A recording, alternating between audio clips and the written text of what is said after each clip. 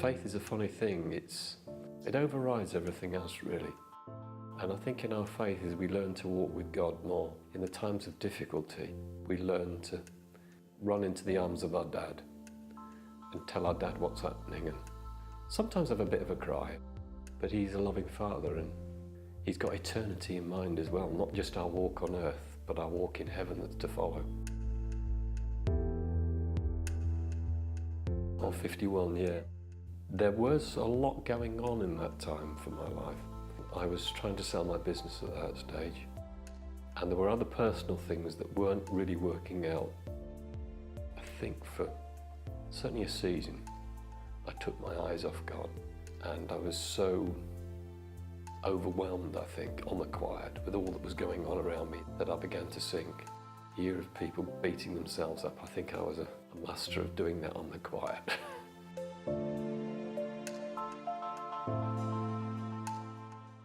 Usually when I was in a tense meeting or a tense situation with someone, I thought, oh, I don't feel very well, but not quite sure why.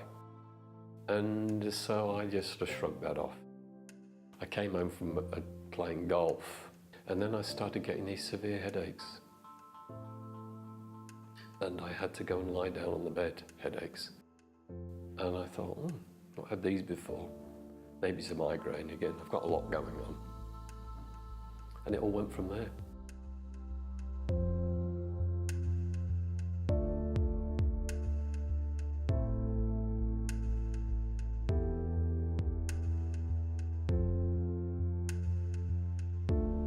Yeah, dark day one for us was when we went to LGI to get the experts' opinions on the CT scans and MRI scans that they were looking at by that stage.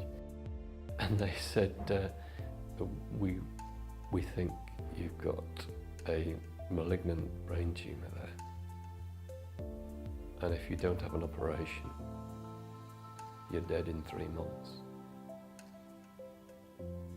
Being told you got 12 weeks to live was, a shocking moment. And my wife Karen was sat to my right, and she was in tears. And I turned to her and I said, I'm so sorry, sweetheart, about this. Because I feel responsible somehow.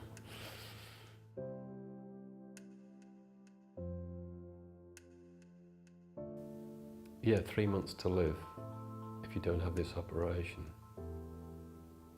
But even if you do, maybe 18 months, 2.5 years if you're lucky. I said, so how long has it been there? And they said, about 3 months as well. I said, right, so you're saying it's been there, it's grown for 3 months, and if I do nothing, you're telling me I'm dead in 3 months. So it's all over in 6 months. Yeah. Well, I said, I have faith in God, and I believe He's looking after me. And so I'm not sure whether to have this operation or not. The consultant, he was a young man, pulled up a chair, leant over it, right into my face. He said, you're in denial. I'm thinking, I'm not in denial, I just have a faith. And unless God says it's time to go home, it ain't.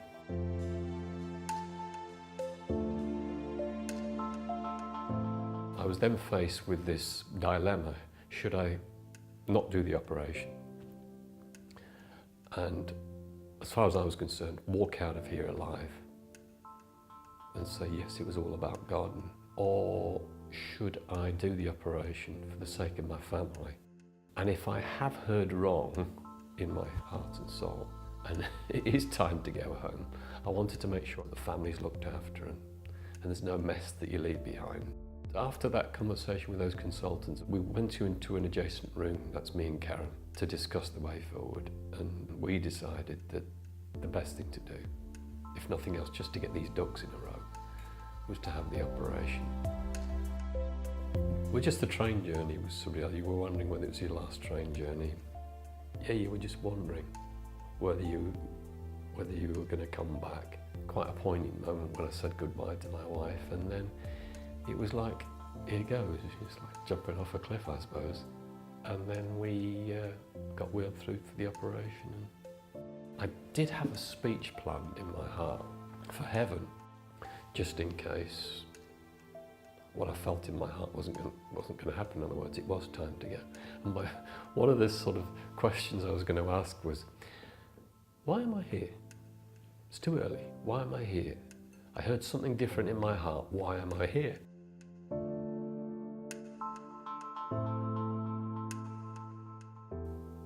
They said the operation was textbook, which was great, and they got out over 90% of it. So they said, we'll send off the results.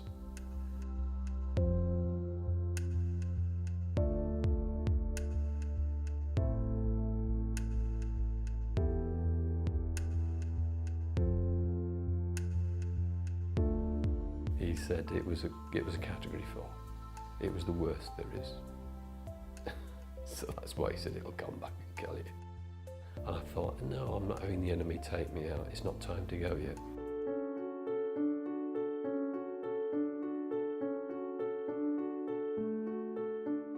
As I laid on the table for the daily sessions, and I used to lay there again talking to God, but also reciting certain passages from the Bible that I knew off by heart, particularly the one in Psalm 91, where it says, "And he gives his angels charge concerning you, to guard you in all your ways."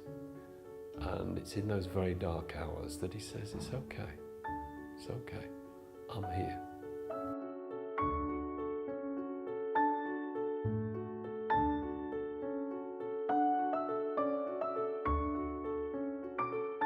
Well, I was on sort of 3 or 6 monthly scans, and every scan that came back was clear, basically, and no change from the one before.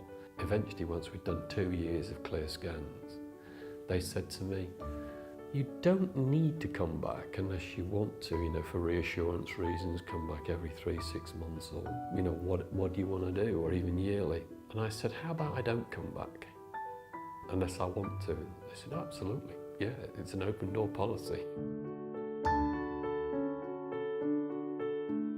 One thing I was really sort of quite angry about was the sense of no hope diagnosis, and it was very cold the way they delivered it. What I would have preferred them to do is say, this is the prognosis, but we're all different. If they'd said that, I could understand, but it was very much, this is going to happen, that's going to happen.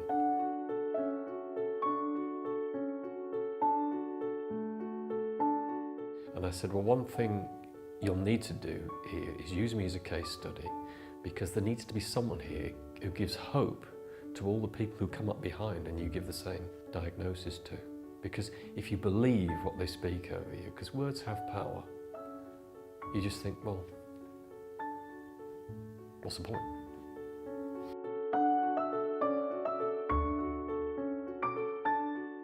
He said, "I've come that you may have life in all its abundance." Now, I don't know about you, but if he'd walked near me and he'd said that, I'd have thinking, oh, well, I need to listen to this guy.